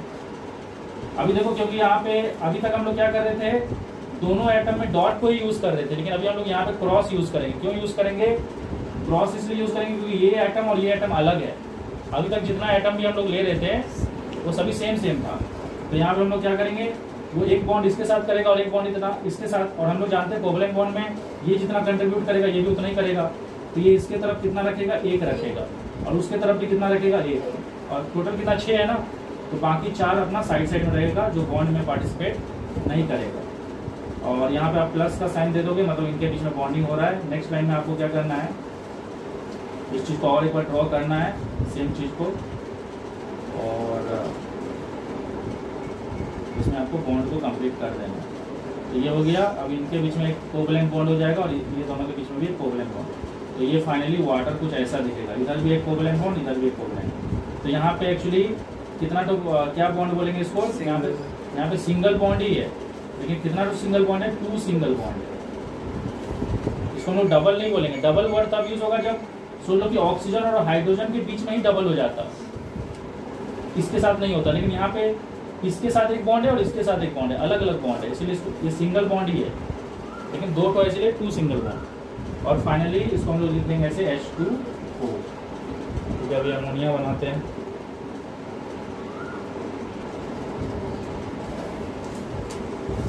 नेक्स्ट है आपका NH3। तो NH3 में क्या होगा, नाइट्रोजन है, नाइट्रोजन का एटॉमिक नंबर है 7, मतलब उसका इलेक्ट्रॉनिक कॉन्फ़िगरेशन होगा 2,5। अब यहाँ पे एमोनिया में हाइड्रोजन, 3 तो हाइड्रोजन से ये जुड़ा हुआ है, ठीक है, और इसका इलेक्ट्रॉनिक, नाइट्रोजन का इलेक्ट्रॉनिक कॉन्फ़िगरेशन क्या है, 2,5 है। मतलब उसको स्टेबल होने के लिए और कितना इलेक्ट्रॉन चाहिए, 3 इलेक्ट्रॉन चाहिए। तो यहाँ पे वो एक हाइड्रोजन से तो 3 इलेक्ट्रॉन नहीं ले सकता, तो इसलिए वो कितना हाइड्रोजन से जुड़ेगा, 3 हाइड्रोजन से जुड़ेगा। तो ये लोग ये जितना कंट्रीब्यूट करेगा, ये भी उसके तरफ उतना ही कंट्रीब्यूट करेगा। ये 1 इलेक्ट्रॉन कंट्रीब्यूट किया तो नाइट्रोजन भी उसके तरफ 1 इलेक्ट्रॉन, ये एक किया तो नाइट्रोजन इसके तरफ भी 1 इलेक्ट्रॉन, ये किया तो नाइट्रोजन इसके तरफ भी 1 इलेक्ट्रॉन कंट्रीब्यूट करेगा। और नाइट्रोजन का टोटल 5 इलेक्ट्रॉन है वैलेंस शेल में, तो बाकी जो 2 इलेक्ट्रॉन रहेगा वो ऐसे ही बच जाएगा, जो बॉन्डिंग में पार्टिसिपेट नहीं करेगा। अब यहाँ पे आप प्लस साइन दोगे, इससे ये पता चलेगा कि इनके बीच में बॉन्डिंग हो रहा है। नेक्स्ट लाइन में आपको सेम चीज़ को फिर से ड्रॉ करना है, यहाँ पे क्रॉस क्रॉस, यहाँ पे भी क्रॉस क्रॉस, इसका 5 इलेक्ट्रॉन हो गया टोटल, और यहाँ पे हाइड्रोजन का 1, यहाँ पे हाइड्रोजन का 1 और यहाँ पे हाइड्रोजन का 1। अब ये एक हाइड्रोजन का और एक नाइट्रोजन का मिलकर एक बॉन्ड हो जाएगा, ये नाइट्रोजन और हाइड्रोजन का मिलकर एक बॉन्ड हो जाएगा, और यहाँ पे भी एक बॉन्ड हो जाएगा। अब देखिए नाइट्रोजन का 8 हो गया, नाइट्रोजन का पहले वैलेंस शेल में कितना था, 5 इलेक्ट्रॉन था, अभी कितना हो गया, 1 2 3 4 5, और हाइड्रोजन का वाला भी काउंट करेंगे उसमें 6 7 8, इसका 8 हो गया। और हाइड्रोजन को स्टेबल होने के लिए 2 चाहिए था, देखो इसका भी 2 हो गया, 1 2, तो सभी स्टेबल हो चुके हैं। तो ये फाइनली हम लोग इसको लिख देंगे, आपका नाइट्रोजन का यहाँ पे 3 तो बॉन्ड हो गया, 3 तो हाइड्रोजन के साथ, और 2 तो इलेक्ट्रॉन क्या हो गया इसका यहाँ पे बच गया, ठीक है, 2 इलेक्ट्रॉन यहाँ पे बच गया जो बॉन्ड में पार्टिसिपेट नहीं किया है। और ये फाइनली हम लोग इसको क्या लिखेंगे, NH3। और यहाँ पे टोटल कितना तो बॉन्ड हो गया, 3 तो बॉन्ड हुआ, इसमें तीनों का तीनों सिंगल ही है, 3 सिंगल कोवलेंट बॉन्ड। अभी बचा है 2 और CH4 और Cl4।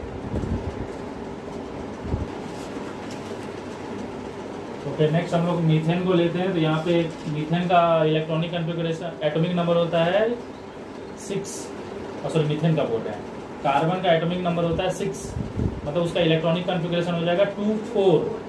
तो कार्बन का होता है 2,4 मतलब उसको और स्टेबल होने के लिए 4 इलेक्ट्रॉन चाहिए, ठीक है, 4 इलेक्ट्रॉन के लिए वो 4 हाइड्रोजन से यहाँ जुड़ा हुआ है, तो 4 तो हाइड्रोजन चारों तरफ से उससे जुड़ेगा, और चारों हाइड्रोजन उसको कितना कितना इलेक्ट्रॉन उसके साथ शेयर करेगा, 1 तो ये 1 करेगा, ये 1 करेगा, ये 1 करेगा, ये 1 करेगा, और ये कार्बन भी ये लोग जितना इसके साथ शेयर करेगा, ये भी उसके साथ उतना ही शेयर करेगा। कोवलेंट बॉन्ड है, कोवलेंट बॉन्ड में शेयरिंग होता है, तो उतना ही शेयर करेगा जितना वो लोग शेयर कर रहा है। और यहाँ पे आप प्लस साइन दे दोगे, इससे ये पता चल जाएगा कि इनके साथ इसका बॉन्डिंग हो रहा है। नेक्स्ट लाइन में आपको इस डायग्राम को फिर से ड्रॉ करना है, यहाँ डॉट, यहाँ cross cross dot cross dot cross dot. अभी देखो ये दोनों मिलके एक बॉन्ड हो जाएगा, ये दोनों मिलके एक बॉन्ड हो जाएगा, ये दोनों मिलके भी एक बॉन्ड हो जाएगा, और ये दोनों मिलके भी एक बॉन्ड हो जाएगा। तो यहाँ पे कार्बन का टोटल 4 तो सिंगल बॉन्ड हो गया हाइड्रोजन के साथ, और ये फाइनली बन जाएगा CH4 मीथेन। तो अभी तो लास्ट बचा है CCl4।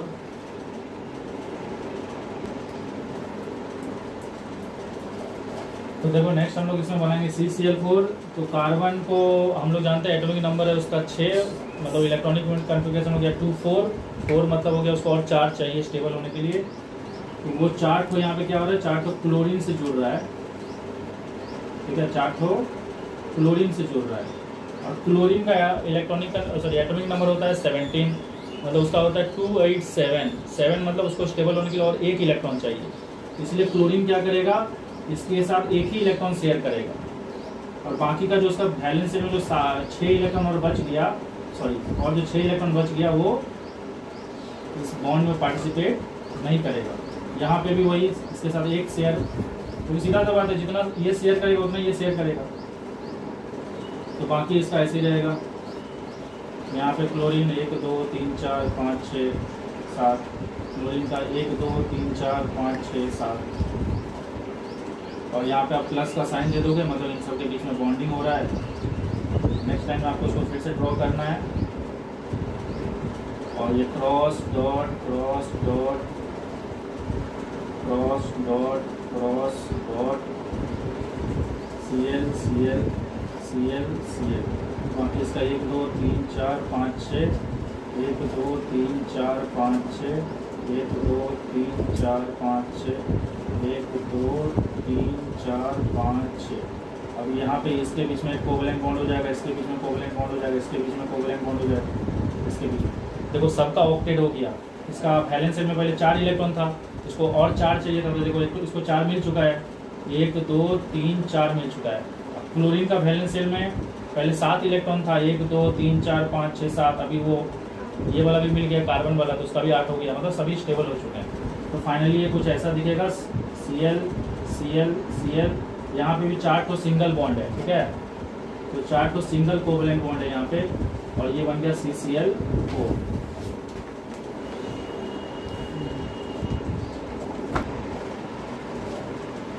तो देखो मैं यहाँ पे एक चीज़ और आपको बताना चाहता हूँ, एक टर्म को इंट्रोड्यूस करने जा रहा हूँ।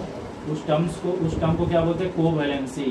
कोवैलेंसी का मतलब होता है कि किसी भी कोवलेंट बॉन्ड में किसी भी एटम के द्वारा उस बॉन्ड में कितना इलेक्ट्रॉन कंट्रीब्यूट किया गया है।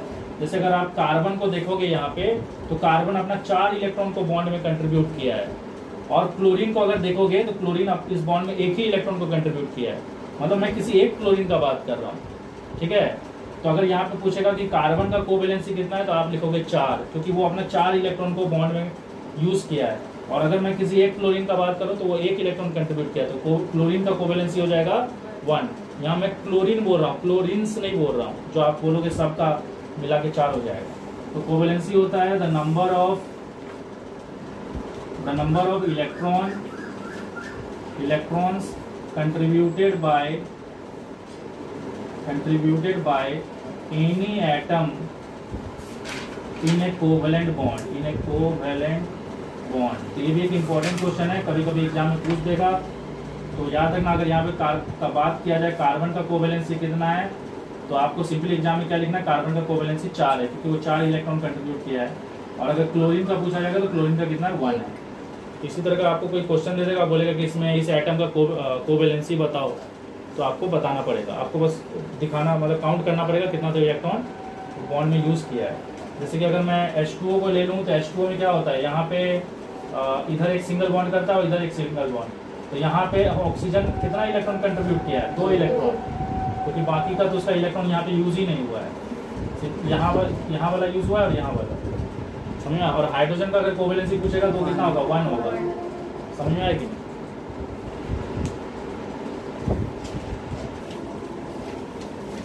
तो देखो यहाँ पे एक तो और बॉन्ड है, उसको बोलते हैं कोऑर्डिनेट बॉन्ड। अब ये कोऑर्डिनेट बॉन्ड क्या होता है उसको समझो, कोऑर्डिनेट बॉन्ड।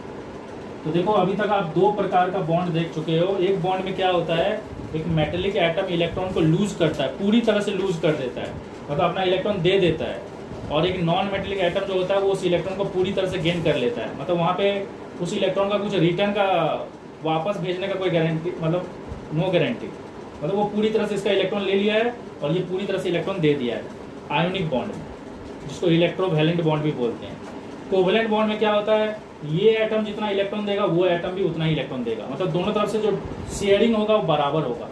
ये अगर एटम 2 देगा तो ये भी 2, ये 4 देगा तो ये भी 4, ये 1 देगा तो ये भी 1, समझ में आया। मतलब दोनों का तरफ से जो इलेक्ट्रॉन का डिस्ट्रीब्यूशन होता है वो क्या होता है, बराबर होता है। किसी भी बॉन्ड में जो कंट्रीब्यूशन होता है दोनों नॉन मेटेलिक एटम का कोवैलेंट बॉन्ड में, वो बराबर होता है। लेकिन कोऑर्डिनेट बॉन्ड में क्या होता है, कोऑर्डिनेट बॉन्ड में एक ऐसा एटम होता है जो बॉन्ड में बिल्कुल भी इलेक्ट्रॉन नहीं देता है, मतलब वो इलेक्ट्रॉन देता ही नहीं है।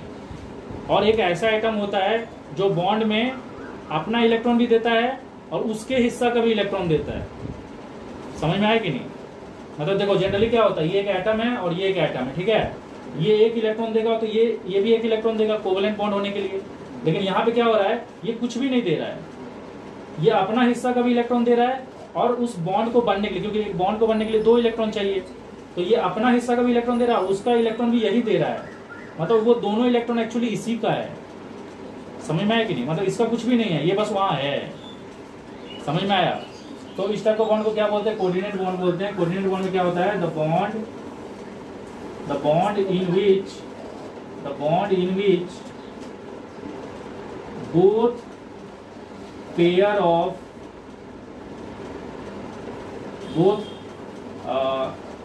electron both pair of electron ठीक है, both pair of electrons contributed by same atom। Same atom का मतलब हो गया कोई एक ही एटम दोनों का दोनों इलेक्ट्रॉन कंट्रीब्यूट करता है। समझ में आया कि नहीं? तो अभी हम आपको यहाँ पे 2 एग्जाम्पल लेके समझाएंगे तो आपको क्लियर हो जाएगा कि एक्चुअली हम बताना क्या चाहते हैं।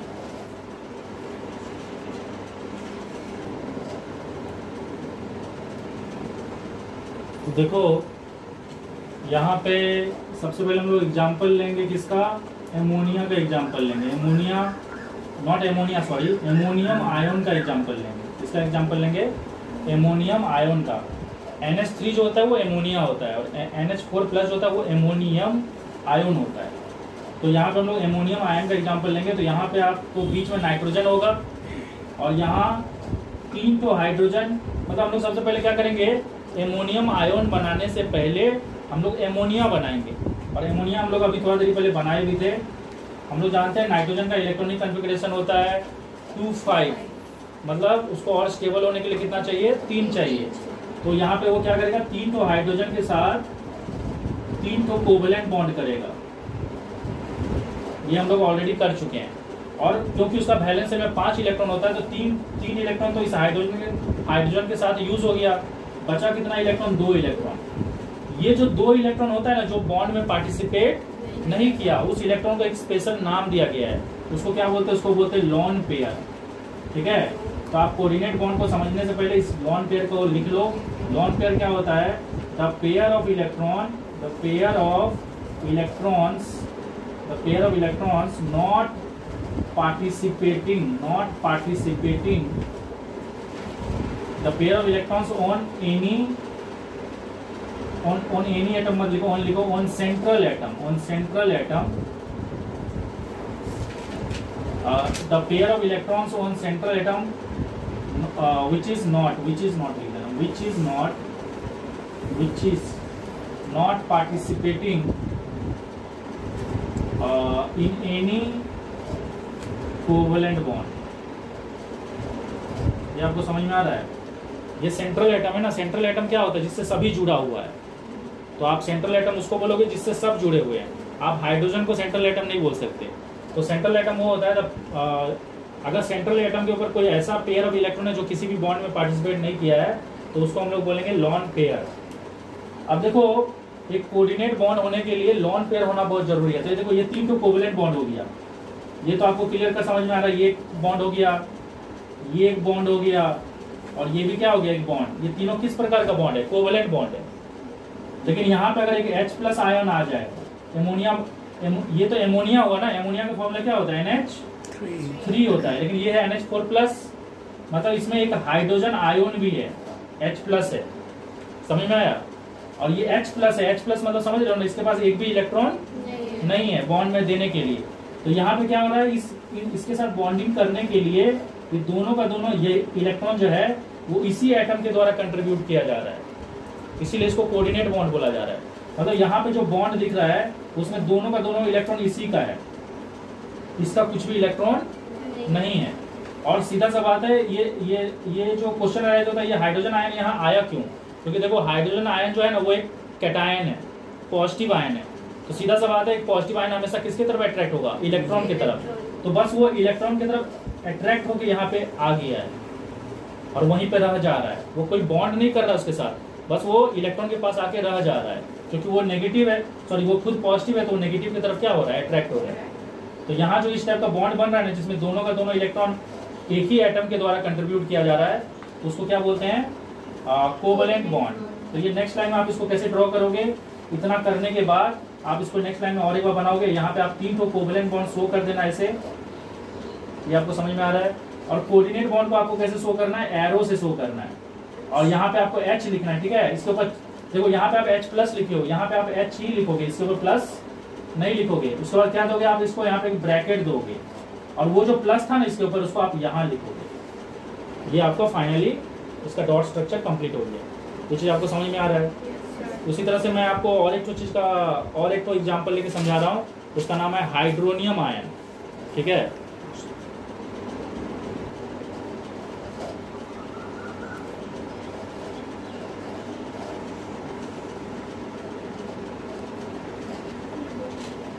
ओके, तो अभी हम लोग एक और एग्जांपल लेंगे, जिसको क्या बोलते हैं, हाइड्रोनियम आयन बोलते हैं। क्या बोलते हैं, हाइड्रोनियम आयन। ये हाइड्रोनियम आयन क्या होता है, ये होता है H3O+, इसको बोलते हैं H3O+। एक्चुअली ये कुछ और नहीं, ये ना 2 चीज से बना हुआ है, ये बना हुआ है 2 चीज से, एक तो है H2O और एक तो है H+। समझ में आया। तो ये दोनों मिलके क्या बन जाता है, H3O+। तो एक्चुअली यहाँ जो प्लस दिख रहा है ना, वो प्लस एक्चुअली इस हाइड्रोजन आयन का है। तो यहाँ पे भी अगर आप देखोगे, तो H2O में भी अगर आप देखोगे, तो यहाँ पे भी आपका, पहले तो हम लोग क्या बनेंगे, सॉरी H3O+ बनाने के लिए सबसे पहले हम लोग क्या बनाएंगे, H2O बनाएंगे। तो हम लोग जानते हैं ऑक्सीजन का इलेक्ट्रॉनिक कॉन्फ़िगरेशन होता है 2-6, और उसको 2-6 मतलब उसको और 2 इलेक्ट्रॉन चाहिए, वो दोनों इलेक्ट्रॉन इससे और इससे लेगा, तो इससे एक इलेक्ट्रॉन लेगा और इससे लेगा। तो यहाँ पे ये अपना एक इलेक्ट्रॉन कंट्रीब्यूट करेगा कोवलेंट बॉन्ड करने के लिए। बाकी इसके पास कितना इलेक्ट्रॉन बच गया, 4 इलेक्ट्रॉन बच गया। अब देखो, ये तो एक कोवलेंट बॉन्ड हो गया और ये भी एक कोवलेंट बॉन्ड हो गया। यहाँ तक क्या बन गया, ये H2O बन गया है। अब अगर आप यहाँ पे ध्यान से देखोगे, तो यहाँ पे इसके पास ऐसे 2-2 पेयर हैं जो कि बॉन्ड में पार्टिसिपेट नहीं किया है। तो ये भी एक तरह का लॉन पेयर है और ये भी एक तरह का लॉन पेयर है, ठीक है। तो यहाँ पे एक H+ आके अगर यहाँ पे आ जाए, अगर ये H+ इस इलेक्ट्रॉन से अट्रैक्ट होकर यहाँ आ जाए, तो इसके बीच में जो बॉन्ड होगा उसको कोऑर्डिनेट बॉन्ड बोलेंगे। और इसमें दोनों का दोनों इलेक्ट्रॉन जो है वो ऑक्सीजन द्वारा ही कंट्रीब्यूट किया जा रहा है, आपका हाइड्रोजन द्वारा कुछ भी कंट्रीब्यूट नहीं किया जा रहा है। तो इसको अगर आप लोग नेक्स्ट लाइन में बनाओगे, तो ये कुछ ऐसा दिखेगा। ऑक्सीजन का यहाँ पे 2 ठो कोवलेंट बॉन्ड हो जाएगा, और यहाँ पे आप ऊपर में शो करोगे एक एरो से कोऑर्डिनेट बॉन्ड, और यहाँ सिर्फ आप H लिखोगे, ठीक है। उसका चार्ज मत लिखना, और इसका ब्रैकेट को ऐसे क्लोज करोगे और इसका चार्ज को आप बाहर लिखोगे। उसके अलावा देखो, ये दोनों इलेक्ट्रॉन पार्टिसिपेट नहीं किया है ना, मतलब इसके पास अभी भी 2 लॉन पेयर है, तो उसको भी आप मेंशन करोगे यहाँ पे, ताकि उसके साथ भी अगर कोई हो सके तो कोऑर्डिनेट बॉन्ड कर सके। लेकिन जनरली कोऑर्डिनेट बॉन्ड बन के हाइड्रोनियम आयन ही बनता है, उससे बियॉन्ड नहीं होता है। ये चीज़ समझ में आया कि नहीं। तो देखो, अभी हम लोग डिफरेंस बिटवीन आयोनिक बॉन्ड और कोवलेंट बॉन्ड पढ़ने वाले हैं, तो इसको थोड़ा अच्छा से समझिए। हम लोग जानते हैं कि आयोनिक बॉन्ड को क्या बोलते हैं, इलेक्ट्रोवैलेंट बॉन्ड भी बोला जाता है। तो कंफ्यूज मत होना, electrovalent bond actually ionic bond का ही नाम है और इसको कोवलेंट बॉन्ड बोला जाता है। अब देखो, अगर आप आयोनिक बॉन्ड का बात करोगे, तो हम लोग जानते हैं आयोनिक बॉन्ड में जो मॉलिक्यूल्स होता है, उस मॉलिक्यूल्स के अंदर में क्या होता है, आयोन्स होते हैं, कैटायन और एनायन होता है। और अगर आप कोवलेंट बॉन्ड देखोगे तो उसमें कोई कैटायन और एनायन नहीं होता है। तो सीधा सा बात है, एक मॉलिक्यूल का कैटायन की तरफ दूसरा मॉलिक्यूल का एनायन अट्रैक्ट होगा, और एक मॉलिक्यूल का एनायन की तरफ दूसरा मॉलिक्यूल का कैटायन अट्रैक्ट होगा। मतलब यहाँ पे सारे के सारे चार्ज हैं, मतलब नेगेटिव और पॉजिटिव चार्ज हैं। तो ये सभी नेगेटिव पॉजिटिव चार्ज एक दूसरे को क्या करेगा, खींचेगा। इनके खिंचाव के कारण यहाँ पे जो फोर्स ऑफ अट्रैक्शन होता है, इस फोर्स ऑफ अट्रैक्शन को क्या बोलते हैं, strong electrostatic force of attraction. समझ में आया। और ये strong electrostatic force of attraction जो हो रहा है, ये ऑपोजिट आयोन्स के बीच में, इसके कारण इनका जो मॉलिक्यूल्स रहता है वो क्या होता है, बहुत ज्यादा ही क्लोज रहता है। समझ में आया कि नहीं। और इनका मॉलिक्यूल्स अगर बहुत ज्यादा क्लोज रहेगा एक दूसरे के साथ, तो जब कौन सा स्टेट ऐसा होता है जिसमें सारे मॉलिक्यूल्स बहुत क्लोज होते हैं, सॉलिड स्टेट। इसीलिए जो आपका आयोनिक बॉन्ड वाले कंपाउंड होते हैं वो हमेशा कौन सा स्टेट में रहते हैं, सॉलिड स्टेट में एग्जिस्ट करते हैं। ये चीज आपको समझ में आ रहा है। लेकिन यहाँ पे देखिए, यहाँ पे मॉलिक्यूल्स है, और मॉलिक्यूल्स में मतलब यहाँ पे जितने भी मॉलिक्यूल्स है इसमें कोई आयोन्स नहीं है। लेकिन इनके बीच में भी फोर्स ऑफ अट्रैक्शन होता है। जैसे कि आप लोग पढ़े होंगे कि मॉलिक्यूल्स के बीच में ना, सेम टाइप के मॉलिक्यूल्स के बीच में एक अट्रैक्शन होता है जिसको फोर्स ऑफ कोहेशन बोलते हैं, और डिफरेंट टाइप ऑफ मॉलिक्यूल के बीच में एक अट्रैक्शन होता है उसको फोर्स ऑफ एडहेशन बोलते हैं। मतलब इस मॉलिक्यूल और इस मॉलिक्यूल के बीच में भी अट्रैक्शन हो रहा है। और ये अट्रैक्शन क्यों हो रहा है, देखो सीधा सा बात है, क्योंकि हम लोग जानते हैं ये मॉलिक्यूल क्या चीज से बना हुआ है, एटम से बना हुआ है। और एटम जो है वो क्या चीज से बना हुआ है, एटम के सेंटर में न्यूक्लियस है। तो इस मतलब यहाँ पे अगर सोलो हाइड्रोजन का बात करें तो हाइड्रोजन में 2 एटम है। तो इस हाइड्रोजन का न्यूक्लियस जो होगा उस हाइड्रोजन का इलेक्ट्रॉन को अपने तरफ खींच रहा होगा, और इस हाइड्रोजन का जो न्यूक्लियस होगा वो इस हाइड्रोजन का इलेक्ट्रॉन को अपने तरफ खींच रहा होगा। तो उसके कारण क्या होता है, इनके बीच में भी अट्रैक्शन होता है, लेकिन वो अट्रैक्शन इससे कम होता है। क्योंकि यहाँ पे देख रहे हो ना, ये पूरा का पूरा एक कैटायन है और ये पूरा का पूरा एक एनायन है, तो इसका अट्रैक्शन तो अलग ही लेवल का है। लेकिन यहाँ पे इसका एक एटम का न्यूक्लियस दूसरा एटम का इलेक्ट्रॉन को अपने तरफ खींच रहा है, उसके कारण भी इनके बीच में भी थोड़ा बहुत अट्रैक्शन है। और उस अट्रैक्शन को क्या बोलते हैं, पर वो अट्रैक्शन इतने पावरफुल नहीं होता है, इसीलिए उसको बोला जाता है वीक वैन डर वाल फोर्स। उस अट्रैक्शन को क्या बोला जाता है, वीक वैन डर वाल फोर्स। तो ये जो फोर्स है ना, वीक वैन डर वाल फोर्स, ये इतना कमजोर है क्योंकि देखो बॉन्ड जितना स्ट्रांग होगा उतना मॉलिक्यूल्स क्या होगा, पास होगा। और यहाँ पे क्या है, ये जो अट्रैक्शन है वो उतना स्ट्रांग नहीं है। तो इसीलिए यहाँ पे जनरली मोस्टली जो मॉलिक्यूल्स रहता है ना वो एक दूसरे से उतना अट्रैक्शन नहीं कर पाते। और मॉलिक्यूल जब अट्रैक्शन नहीं करेंगे तो मॉलिक्यूल्स एक दूसरे से क्या रहेंगे, दूर दूर रहेंगे। तो ज्यादातर जो नॉन कोवेलेंट बॉन्ड होता है वो कौन सा स्टेट में एग्जिस्ट करता है, गैसियस स्टेट में एग्जिस्ट करता है। कुछ होते हैं जो लिक्विड स्टेट में एग्जिस्ट करते हैं और थोड़े बहुत सॉलिड स्टेट में भी एग्जिस्ट करते हैं। लेकिन कौन सा सॉलिड, सॉफ्ट सॉलिड, मतलब वो उतना हार्ड सॉलिड नहीं होता है, सॉफ्ट सॉलिड होता है। लेकिन मेजोरिटी ऑफ कोवेलेंट बॉन्ड वाले कौन सा स्टेट में एग्जिस्ट करते हैं, गैसियस स्टेट में। ये चीज आपको समझ में आ रहा है। अभी देखो यहाँ पे क्योंकि फोर्स ऑफ अट्रैक्शन काफी स्ट्रॉन्ग है, यहाँ पे जो मॉलिक्यूल्स है मतलब कैटायन और एनायन है उनके बीच का जो फोर्स ऑफ अट्रैक्शन है वो क्या है, बहुत ज्यादा ही स्ट्रॉन्ग। तो मुझे एक चीज बताओ, कहीं पर अगर फोर्स ऑफ अट्रैक्शन स्ट्रॉन्ग होगा तो उस मॉलिक्यूल्स को एक दूसरे से सेपरेट करने के लिए मुझे बहुत ज्यादा क्या देना पड़ेगा, हीट एनर्जी। अरे क्योंकि हीट एनर्जी उनको क्या प्रोवाइड करेगा, काइनेटिक एनर्जी। और काइनेटिक एनर्जी से मॉलिक्यूल क्या होंगे, एक दूसरे से अलग होंगे। तो सीधा सा बात है, इस केस में अगर मुझे इनका मॉलिक्यूल्स को एक दूसरे से दूर करना है तो बहुत ज्यादा हीट एनर्जी देना पड़ेगा कि नहीं। और यहाँ पे क्या देना पड़ेगा, यहाँ पे क्योंकि ऑलरेडी इनके बीच में अट्रैक्शन बहुत कम है तो थोड़ा हीट एनर्जी देने से भी मॉलिक्यूल्स क्या होगा, दूर हो जाएगा। इसीलिए इसका जो मेल्टिंग और बॉइलिंग पॉइंट होता है, मेल्टिंग एंड बॉइलिंग पॉइंट, वो क्या होता है, काफी हाई होता है।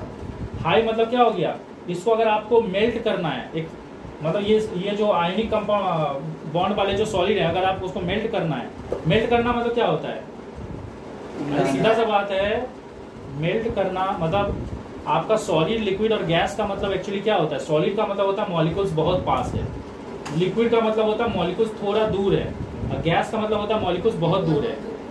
तो आप हीट देके क्या करोगे, मॉलिक्यूल्स के बीच का गैप को बढ़ाओगे। यहाँ पे गैप को बढ़ाने के लिए बहुत हीट लगेगा, तो इसलिए मेल्टिंग पॉइंट और बॉइलिंग पॉइंट क्या है, हाई है।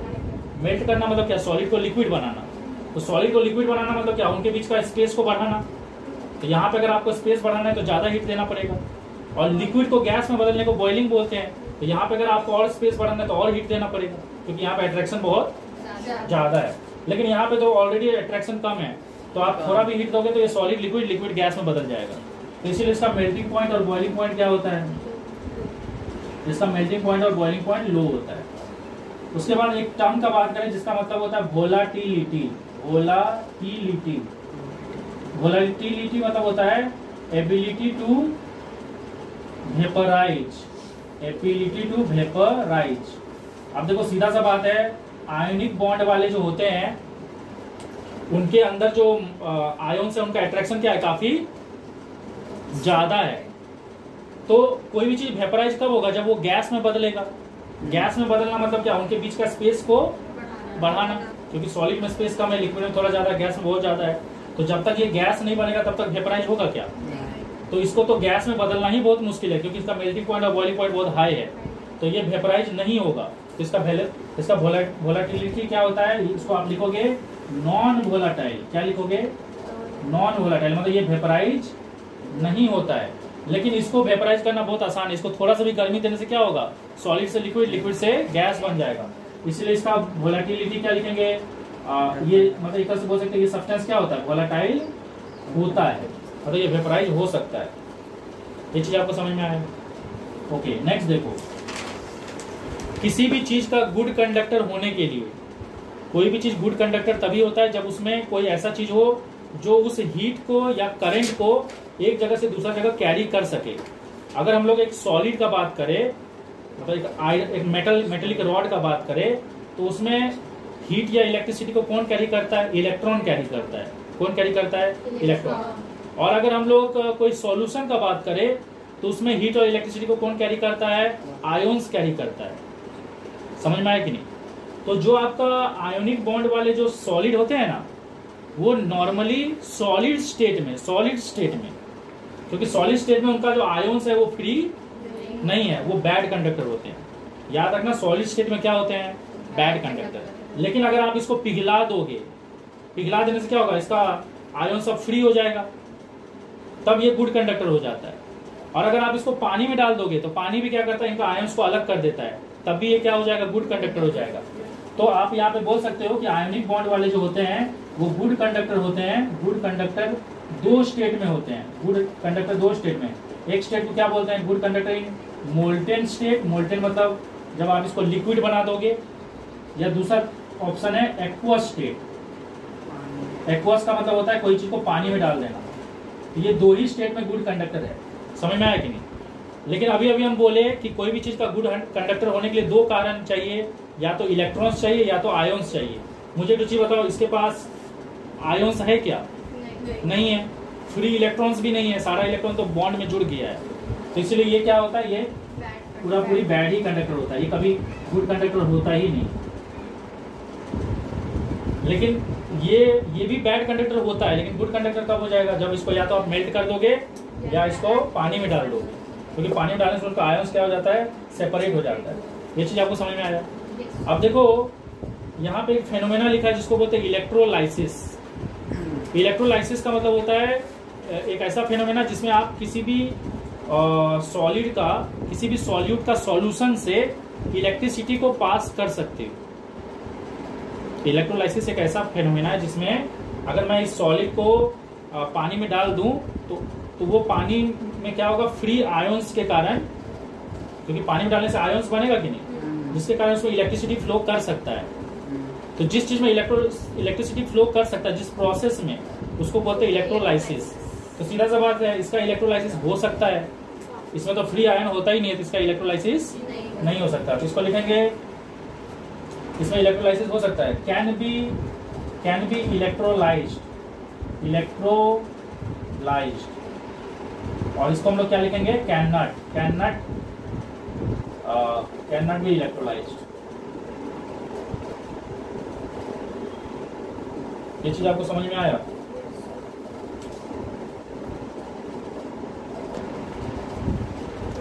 ओके, नेक्स्ट देखो, अगर हम लोग आयोनिक बॉन्ड वाले और कोवेलेंट बॉन्ड वाले कंपाउंड का क्या चीज के बारे में डिस्कस करें, सॉलिबिलिटी। ठीक है, तो याद रखना आयोनिक बॉन्ड वाले जो होते हैं वो वाटर में सॉल्युबल होते हैं। किसमें सॉल्युबल होते हैं? वो वाटर में सॉल्युबल होते हैं। लेकिन अगर मैं इसका सॉल्युबिलिटी का बात करूं तो ये वाटर में सॉल्युबल। तो देखो, हम लोग जानते हैं कोवेलेंट बॉन्ड में भी दो प्रकार है। एक प्रकार को बोलते हैं नॉन पोलर कोवेलेंट। तो जितने भी नॉन पोलर कोवेलेंट बॉन्ड वाले होते हैं ना, वो किसमें सॉल्युबल होते हैं? वो सॉल्युबल होते हैं ऑर्गेनिक सॉल्वेंट में। ऑर्गेनिक सॉल्वेंट क्या होता है? ऑर्गेनिक सॉल्वेंट का मतलब जो चीज हम लोग को जिंदा चीजों से मिलता है। ऑर्गेनिक मतलब लिविंग होता है। तो एग्जांपल के तौर पे मैं जैसे बता रहा हूँ, अल्कोहल एक ऑर्गेनिक चीज है। क्योंकि अल्कोहल कैसे बनता है? कोई फ्रूट को फर्मेंट करके, सड़ा के। तो फ्रूट तो एक जिंदा चीज सा है ना।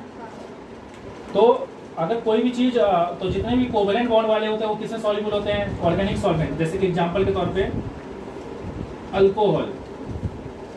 और भी ऑर्गेनिक सॉल्वेंट होता है जैसे कि बेंजीन। ऐसे जितने भी ऑर्गेनिक सॉल्वेंट होते हैं, आपका ऑर्गेनिक केमिस्ट्री करके एक चैप्टर ही है, उसमें आप इन सब के बारे में पढ़ोगे। तो फिलहाल के लिए याद रखो कि ये वाटर सॉल्युबल है और ये वाटर सॉल्युबल नहीं है। कौन वाटर सॉल्युबल नहीं है? नॉन पोलर कोवेलेंट बॉन्ड वाले।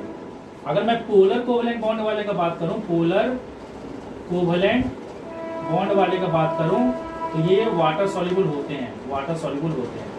तो आपको मैं तीन तो एग्जांपल भी बताया था, NH3, HCl और H2O। ये तीनों चीज जो है ये वाटर सॉल्युबल होते हैं। H2O तो खुद ही वाटर है। ओके, नेक्स्ट है आपका आयोनिक बॉन्ड वाले क्या क्या प्रक्रिया से गुजर सकते हैं? डिसोसिएशन। और कोवेलेंट बॉन्ड वाले कौन सा प्रक्रिया से गुजरते हैं? आयोनाइजेशन। अब ये दोनों का मतलब क्या होता है? डिसोसिएशन का मतलब होता है सेपरेशन ऑफ आयोन्स, और आयोनाइजेशन का मतलब होता है फॉर्मेशन ऑफ आयोन्स। देखो दोनों में बहुत डिफरेंस है। डिसोसिएशन में क्या हो जा रहा है? Separation of ion. इसका मतलब क्या समझ में आया कि पहले से आयन था। हम लोग जानते हैं कि आयोनिक कंपाउंड में पहले से ही आयन रहता है। अगर आप उसको पानी में डालोगे तो ये आयन बस सेपरेट होगा। यहाँ आयन बन नहीं रहा है, आयन था, पहले से ही था, बस सेपरेट हो रहा है। लेकिन अगर मैं कोवेलेंट बॉन्ड का बात करूं तो कोवेलेंट बॉन्ड में तो पहला बात तो नॉन पोलर में तो कोई आयन कभी बन ही नहीं सकता, याद रखना। लेकिन पोलर में क्योंकि हम लोग जानते हैं पार्शियल, पोलर में क्या होता है, ये बहुत ज्यादा इलेक्ट्रो पॉजिटिव है और ये बहुत ज्यादा इलेक्ट्रो नेगेटिव है। तो ये क्या करता है, इनके बीच का जो भी इलेक्ट्रॉन रहता है उसको अपने तरफ खींच लेता है, जिसके कारण इसके ऊपर क्या आता है? पार्शियल नेगेटिव और इसके ऊपर पार्शियल पॉजिटिव। तो ऐसे पोलर कोवेलेंट कंपाउंड को अगर आप पानी में डाल दो, देखो यहाँ पे आयोन्स नहीं है, एक्चुअली में यहाँ पे एक भी आयोन्स नहीं है, बस पार्शियल पॉजिटिव पार्शियल नेगेटिव है। लेकिन इसमें इसको अगर आप पानी में डाल दो तो पानी क्या करता है? इनको भी सेपरेट कर देता है और उस टाइम ये आयोन्स बन जाते हैं। मतलब ये इलेक्ट्रॉन पूरी तरह से उसके पास चले जाता है और इसका इलेक्ट्रॉन पूरी तरह से इससे अलग हो जाता है। तो यहाँ पे पहले आयोन्स नहीं था, बना, फॉर्मेशन ऑफ आयन। तो याद रखना कोवेलेंट कंपाउंड में हमेशा आयोनाइजेशन होता है, मतलब आयोन्स बनते हैं, वो भी कौन? Polar covalent compound. और यहाँ पे आयोन्स रहते हैं पहले से, बस सेपरेट होते हैं। समझ में आया? उसके अलावा देखो एक लास्ट पॉइंट ऐड कर रहा हूं। देखो यहाँ पे जो भी मॉलिक्यूल्स रहते हैं उसमें आयोन्स रहता है, तो आयोन्स के बीच में अट्रैक्शन क्या होता है? स्ट्रॉन्ग होता है। तो अगर मैं दो आयोनिक कंपाउंड को आसपास लाऊं तो उसका रिएक्शन क्या होगा? बहुत जल्दी होगा। समझ में आ रहा है कि नहीं? क्यों जल्दी होगा? क्योंकि उसमें पहले से ही आयोन्स है और एक मॉलिक्यूल का आयन दूसरा मॉलिक्यूल का आयन्स को क्या करेगा? अपने तरफ। तो वो रिएक्शन क्या होता है? बहुत फास्ट होता है। और यहाँ पे तो ऑलरेडी मॉलिक्यूल्स के बीच में कम अट्रैक्शन है, तो यहाँ का रिएक्शन क्या होता है? बहुत स्लो होता है। तो याद रखना इसमें जो रिएक्शन होता है, इसमें रिएक्शन हमेशा, आयोनिक रिएक्शन जो होता है हमेशा फास्ट होता है और कोवेलेंट रिएक्शन जो होता है वो हमेशा स्लो होता है। ये सारा चीज आपको समझ में आया? ओके, चलो ठीक है।